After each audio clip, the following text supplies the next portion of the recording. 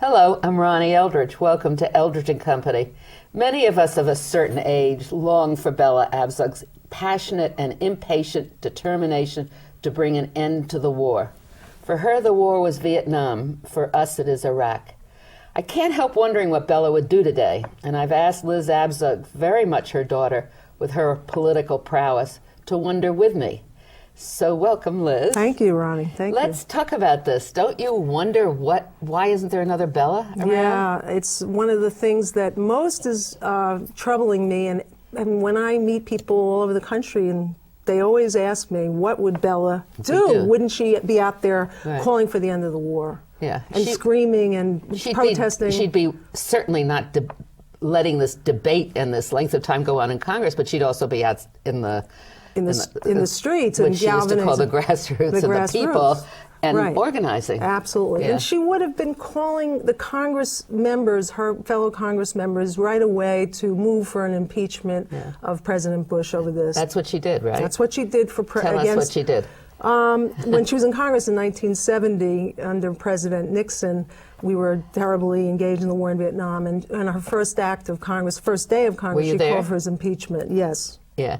And she stood up. How did she do it? Well, she introduced the bill. Yeah. And even before she went into the chambers, she was on the steps of the Capitol, with a group of supporters talking about the impeachment of President Nixon. And she also soon thereafter was at a state dinner in the White House with my father. And when she met him on the receiving line, after my father had shaken his hand, she looked him right in the face and said, "Mr. President, we want to know when you're going to pull our troops out of Vietnam. My constituents and I are very anxious for you to do so." So what happened? He moved her along the line. He shoved her down the receiving line, to get rid of her. And then the wife, Pat Nixon, said, "Oh, Bella, I love your little bonnets." I must have loved that. She loved that. Could you imagine? No, terrible. But she, I mean, what is it that made her what she is? She says it was her family. The live and let live butcher shop. Yeah. I always loved that. Can you believe which that? was her father's butcher shop on 39th and 9th. Yeah, but that they had that spirit. She had the spirit, they had the compassion, they had the zeal to make life fair and just for other people. My mother, I never saw her in her 77 years of life condescend to anybody. She would give them hell for a difference of opinion. She could yell. She did it with you, Ronnie, right? Absolutely. For sure, when you were younger women and knew each other, right? Right. And older women, too. I used to hang up on her, and that would really get her upset. Yeah. But I only hung up on her because I saw somebody else do that, and she never yelled at her, so I started. But she was known for yelling at people because it was her impatience, and she's smart, and she wanted everybody to get it. It was her impatience, it was her desire to passionately connect the needs of people's needs to the issues at hand. And she was so courageous and bold. Today, there's really nobody of her ilk. And I know that I'm her daughter, and of course I'm biased, but I mean, from a point of view historical, and as someone who looks at this leadership issue very carefully in my life, in my adult life. You're teaching now. I teach. We'll come and talk about that in a minute. I really think, if you look at it very carefully, she is definitely probably one of the most,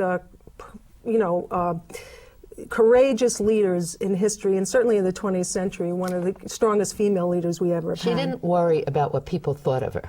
That's right. She really didn't worry about that. No. Didn't concern her. No, because she really knew who she was. Yeah. And she could be offended. She got hurt and everything, but she still perceived.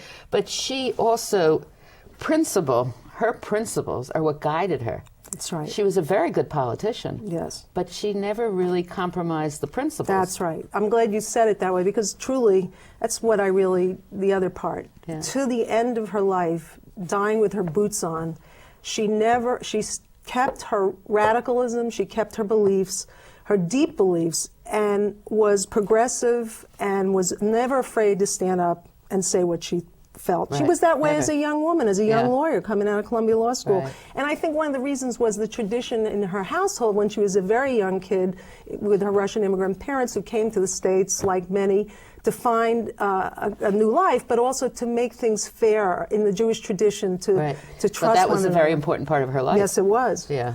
In fact, when she was 13 years old, her dad died, and she wanted to go say the Kaddish, which is the Jewish prayer for the dead for her father. For a year, you say the Kaddish.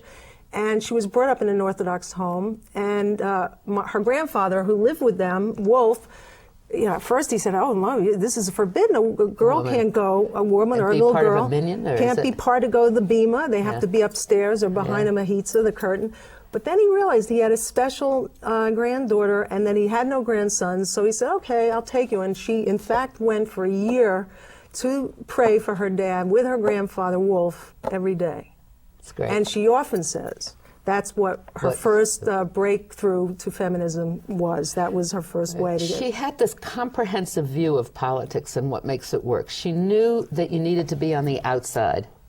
You needed to be out there to draw the attention, to draw the issues, and to not compromise at all on the outside. Right. And then she knew very well how to play the inside. Right. So the first big organizing was Women's Strike for Peace? Yes. Actually, before that, when our family in the first several years lived in Mount Vernon, New York, as a young parent, she and my dad had a big role in school integration in Mount Vernon. I mean, they were very big involved in integrating the neighborhood. And as a civil rights lawyer, and as one of the few women in history that represented a black man in the South in 1950, Willie McGee, which was then subsequently a famous case. He was accused of raping a white woman he had a long-term relationship with, and she went down on his Southern Defense team and represented him for 3 years, actually. She really is grounded in not only her Judaic tradition, but the civil rights movement and labor movement. It's interesting because, I mean, I'm sure she was opposed to the death penalty, but did she ever talk about the fact that he was executed? Yes. Oh, in fact, the impact of that? Growing up, very much so. That must have been horrible. It was horrible. Because I remember as a kid at Music and Art, or even before, writing all these letters down there. Yeah, it was fascinating because she was 3-4 years out of law school, 8 months pregnant, was called down to join this defense team as the chief counsel with 2 other Southern Defense white male lawyers, an all-white jury. Willie McGee was accused of raping a white woman, which was in 1950, and he in fact was having this long-term relationship with this woman, and in the lower court, he was convicted. My mother and the rest of the defense team brought the case all the way up to the United States Supreme Court. They wrote a petition for exoneration to President Truman. She argued the case in the Supreme Court, and then they remanded it on the technicality to the Mississippi State Court, and he was adjudicated guilty and executed. And my mother lost her baby. She did. That was right before I came next. Yeah. But and the fascinating thing, and this is really amazing, when she went down to represent him, she couldn't get a hotel room because nobody would give her a hotel room because she was representing Willie McGee. So she told the taxi cab driver, "Take me to the bus station, and I'm going to stay there." And so she sat up all night in a women's bathroom, in a bathroom stall, because she was worried for her life. 8 months pregnant, mind you. And then got ready in the morning, washed up in the bathroom, went to court and argued the case. And my father was just so upset at the time, even though he supported her to be there and to represent Willie McGee. He was so frightened for not only the baby who was on the way, but her life, because she would call him from the jailhouse and he heard these lynch mob type, gangs outside the jailhouse. I met her when she was, after that, after you moved back to New York. Correct. And she had something called the 18th Congressional District Peace Action Committee. That's right. Grounded in peace after the civil rights obviously became, the anti-nuclear, was trying to protest against the nuclear bomb and testing it here in the States. And peace was the big issue, and then Vietnam. And so she had a group of people who interviewed every candidate that was running, and they would support the candidate who was the closest to their feelings. So that's how I met her, and we then went on to lots of things. We had great time with the political Johnson, all that kind of stuff. All these great campaigns. So she's really unique. Now, why do you think you travel? You're teaching a class. You teach classes at Columbia and Barnard? Yes, I'm an adjunct professor of urban studies, 9 years already, and last year we devised a new course I'm very proud of called Women in Leadership in the 20th Century, not under the Women's Studies, on American Studies, and taught it for the first time to Columbia and Barnard students. It was great. And, you know, leadership, I feel a strong duty and obligation to carry on my mother's legacy. And I feel not only carry on her legacy, to make it a living legacy, something that can be transferred to the present generation of young women, but forward on as we go into the 21st century, but to really encourage women, young women particularly, to have that dynamic, courageous leadership and to stand up and not be afraid to really fight for change like my mother did. And so why do you think people aren't doing that now? You know, I think there's been an assumption by young women and men that, well, you know, the struggles have been over. I don't think that for young women, they said, well, the feminist movement in the 70s, the second wave took care of it, and we have access to everything. And when you point out, oh, that's hardly true. We still have an Equal Rights Amendment. We still only have 16% of women in the House of Representatives and 16.6 or 3 in the Senate. We are still have no Equal Rights Amendment. We're still totally underpaid, and I mean, not paid equally compared to men, that we have such a long way to go to achieve what, and you know, our numbers, the demographics are with young women and women today because we make up more than population, more than the voting majority. But do you think that, I mean, people aren't that interested in the common good anymore? I think, do you sense that? I think that once you have the dialogue about it, that we have the internet, as good as technology and as wonderful as it's opened up access to people all over the world, in my opinion, has created a sense of a point where there's been a cloaking of, you know, you get, you know, sheltered into your life. You get closed down in a way, even though there's been organizing on the internet for various causes. On the other hand, side of the coin, it makes people sort of insulated from community, from civic engagement. You engage on a computer rather than in the streets. Also, the fact that there's been no draft in this war. It's a big difference. Makes a big difference. I think, I mean, if you look back at movements, you had ACT UP, which employed very similar techniques. Yes, it did. Your mother did. Yes, it did. You have Code Pink, which is doing that. But you don't have this collective thing, and it's just amazing to me. And then we do have Nancy Pelosi. And we have Hillary Clinton running for president. But those are symbols of absolutely. Of so what would Bella do? This is a terrible question to ask you. What would Bella do if she had to choose between a woman running for president and a candidate saying, bring the troops home now? It's a fair question. It's a big dilemma, isn't it, that women are going to face? It's a very big dilemma. I face it, you face it, we all face it. And she had an expression that she used a lot, and you heard this through the years when you were with her on the political stuff. Not all women are necessarily our women, meaning just because we need to support women. As one of the chief feminist builders of the movement, of course we always want to, and she always supported women whenever and wherever possible for an open seat or even in a contested race. But where you have issues that are not embraced, that a woman may not represent, we have a woman and a man may be better on the issues like the war, ending the war, you sometimes have to really, you know, search your soul and consider whether you have to support the man in that instance. It's a very, very heart-wrenching. It is. It's a very difficult thing. So the leadership, the courses that you teach at Barnard and Columbia, are they related to the Bella Abzug Leadership Institute? Well, they are in the sense that 3 years ago, my sister and I co-founded the Bella Abzug Leadership Institute, and you're involved in that. And that is a leadership institute to train young women in high school and college in the spirit and in the techniques and in the strategic abilities of my mother's, as evidenced by my mother's leadership. And the Women in Leadership course actually came separately. I was asked by the department chair of American Studies, who knows me from urban studies, look, we have the opportunity to do this new course, and someone endowed the sense of, some guy said, I want to give some money for leadership. It's interesting, independent. He wasn't even an alumni of Columbia Barnum.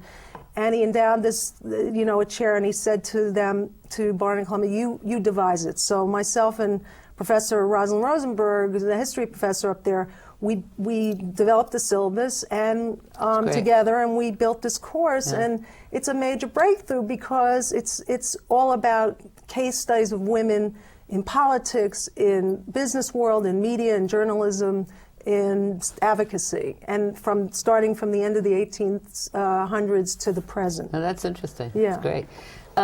What was it like growing up with Bella? Well, I'm not going to kid you. There were times when my sister and I wanted to hide under the table, Did she embarrass you? Yeah, of course. Here was this woman, this very colorful woman with these hats, and never took any crap from anybody, whether it was the guy in the movie theater saying, take your hat off, because I can't see, or, on an issue of school integration. And sometimes it was very difficult because the kids, my, friends in the neighborhood say, hey, what's the story there? In the 50s, your mother's a lawyer, and everybody had a stay-at-home mom. But you had a father who made up for, who was a saint. Who was incredibly supportive of all of us, who picked up the slack and really knew who he was. Yeah. And I believe was my mother's, biggest defender. She would and not have been able to exist without your father. No, there's correct. Yeah. Correct. And he wasn't some, lily. He wasn't some wallflower. I mean, he, as you knew, you knew them very well. Yeah. He was a very comical, very strong man in his own right. But he adored her, and she just he did went and did everything for her. He did. So, did you go down to a lot of these major things in Congress? Were you there a lot? Yes, I was. And unfortunately, the very first day, when she was inaugurated, the formal inauguration, I was in college, in the first year of college, and I was sick. I got sick from mono and hepatitis from my college roommates, so I wasn't there with them on that formal inauguration, which really always upset me. But a lot of other things I was there for. Did you go to the Houston conference? I was in law school, and I went back and forth. I was in my second year of law school, and I debated it, and what's one of the things that makes me most sorry that I didn't go. I didn't go. Yeah. And of course Let's talk about that a little bit, because I think that you're participating in planning for another one. Correct. It was in 1977. Yeah. And was she still head of the Commission of Carters? No. She was, this is what it was, in 1977, this was before she was appointed as the commission head of the U.S. Commission on Women under Carter. This was after she lost. This was after she lost the mayoralty race in 1977, New York City mayor. President Carter asked her, actually, the history is that when my mother was in Congress, she introduced a bill calling for this National Women's Conference. And it was the first time in modern history that there ever was a federal appropriation for a kind of conference like this. $5 million she got in the Congress and from the executive office to do this conference. There were 20,000 women and men, 2,000 delegates that came to Houston in 1977. It was like a big constitutional convention. They voted. And people were really elected from states. Elected delegates from every state and territory in this union, in this country. And they had, it was like a constitutional convention, and they voted, like you see sometimes, you see in the Democratic and Republican conventions, on a 26-point platform on every aspect of women's rights and women's lives. And they put together a national plan of action based on the 26 points, planks. And that was presented to the White House, to the Congress, and today, that is the basis for many states' plans of actions for women's rights. Very interesting. Yeah. So now, what are the plans? I went to that conference. I covered it for PBS. Oh, well, there you go. So for WNET. Tell us, Channel it was so 13. exciting, It was right? very exciting. It was thrilling, and it was just like a convention. I mean, the hallway was filled, and the caucusing and the stuff that was going on. It was great. It was terrific. Exactly. But tell us now, what's happening? So a group of us decided in the end of this summer we should have a 30th anniversary of Houston because my interest was, we have unfinished business, and teaching my college kids, they don't really know about the history, the modern history of feminism and what happened to create the rights. And young men and women are actually very interested once you start talking about that, I have found. And my young women in leadership course at Barnard and Columbia, when I told them the idea of a national women's conference of older women, younger women, gay, straight, black, white, Latino, Asian, disabled, they were like, wow, that would be really incredible for us to experience, as young women. Yeah. Even whether you self-identified as a feminist or not, these girls. It's interesting, because the time in '77 was really different. You had Phyllis Schlafly. Oh boy. You had what was her name down in Florida? Anita Bryant. Anita Bryant. Right, you had all of these different people, very active, anti-feminist, anti-gay, anti-everything. Right. Anti-abortion. Yeah. Oh, the whole question of choice and abortion. So we don't have that now. You see, when you asked before, we don't. When you asked before, why is it complacency? You see, I believe just what you've just said, that since there aren't, very vocal anti-movement people in a host of areas, we're not reacting like we did in the 60s. In fact, again, the college students that I teach, they're fascinated by the '68 time period. The war, the protests, the civil rights protests, the protests to establish choice, and even the protests that happen on the college campus where I teach. And I was in high school, an organizer of the war against Vietnam at Music and Art High School, where we both went, which is great. That's when it was shortly after that when I met your mother. There was a strike, the teacher strike, and she was up there. She was in the middle of it with other parents trying to organize, trying to deal with how to get the kids into school. We could go to school because it was a long time. She broke into a school, didn't she? And didn't they attack her for that later on? They did. Did she ever have the UFT support?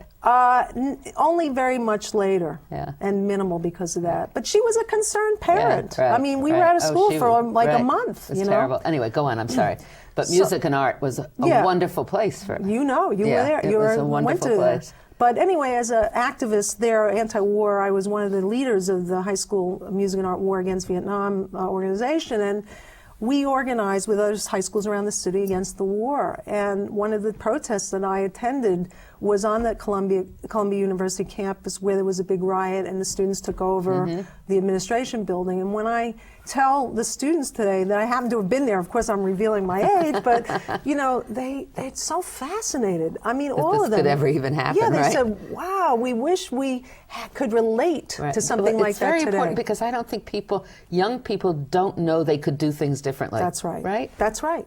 And one of the beauties also of my mother as a congresswoman, and you know this, having worked with her in so many campaigns, and you yourself as a councilwoman and other things, she was really a mastermind at engaging and firing up the troops in the way she spoke. And she was, attractive to young, old, in between, because she had such fire that people related to it. Absolutely. And I think that's true with younger members of Congress, that they don't know that there are things they could do differently. But why don't they know that? I don't know. They're educated. Many of them are, from various They should know disciplines. History and be able to see. History, how about the procedures? When my mother called for the impeachment of President Nixon over the war in Vietnam, and when she called for an end to the war, she studied the procedural she knew all the rules. Elements of how to do that. Yeah, she was an expert on the rules. Expert on the rules, and that's, of course, because she had been a lawyer and very good at it, but also because she was very thorough professional. Right. She said, I'm not going to be in this very powerful House of Representatives and not know how to, manipulate it for my own constituents. The other thing she had going for her was she had no conflict whatsoever about being a woman, a wife, and a mother. That's right. And a professional person. That's right. I envied that. I know. And she used to call at different hours, and I'd say, Bella, I can't talk now. I've got to talk to Larry. She said, well, aren't you an independent woman? So she was very spoiled. She loved to bust your chops, right? I'll say it that way. And she loved you, but she loved to bust your chops. And you're quite right. Yeah. She really, she had that commitment. You see it very rarely, but that's what makes some people just thrust out of the crowd. That's right. They have to have that belief in their talent, in themselves, and that dedication and single-mindedness to do it. That's right. And the commitment to do it, Yeah. and the personality. Yeah. And the just strength. not worry what people the think. strength to say, look, Yeah. I am going to I believe object. in this. I believe in this. Yeah. I'm going to say what I think, and I want you all to feel empowered to do the same. Right. Whether you're wherever you come from, for whatever background. And she was very well respected in the African American community in this country, I think largely because of, one of the first case, the Willie McGee case, but also because you're a person. It was connection of the heart, connection of the soul for my mother. You were friends too. And so not only the ideology, not only the Jewish tradition of making things fair, not only the civil rights and labor rights law background that she started out with, it was her sense of the common man, common woman.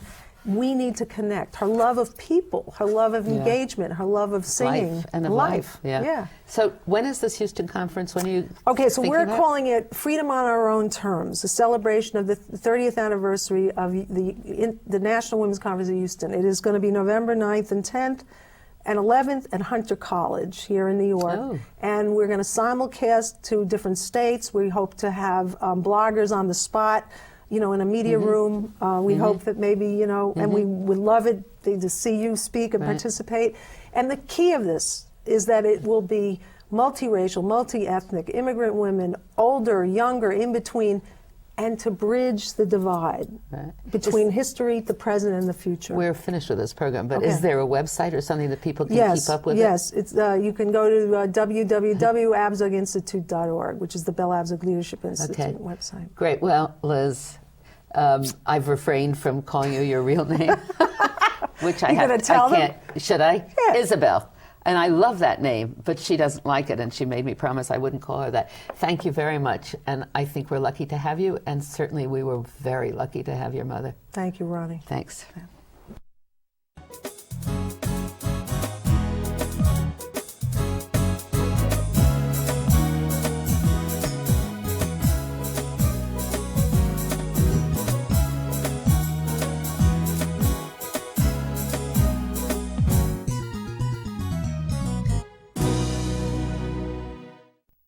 If there are any people you'd like to hear and topics you'd like us to explore, please let me know. You can write to me at CUNY TV, 365 Fifth Avenue, New York, New York, 10016, or you can go to the website at cuny.tv and click on Contact Us. I look forward to hearing from you.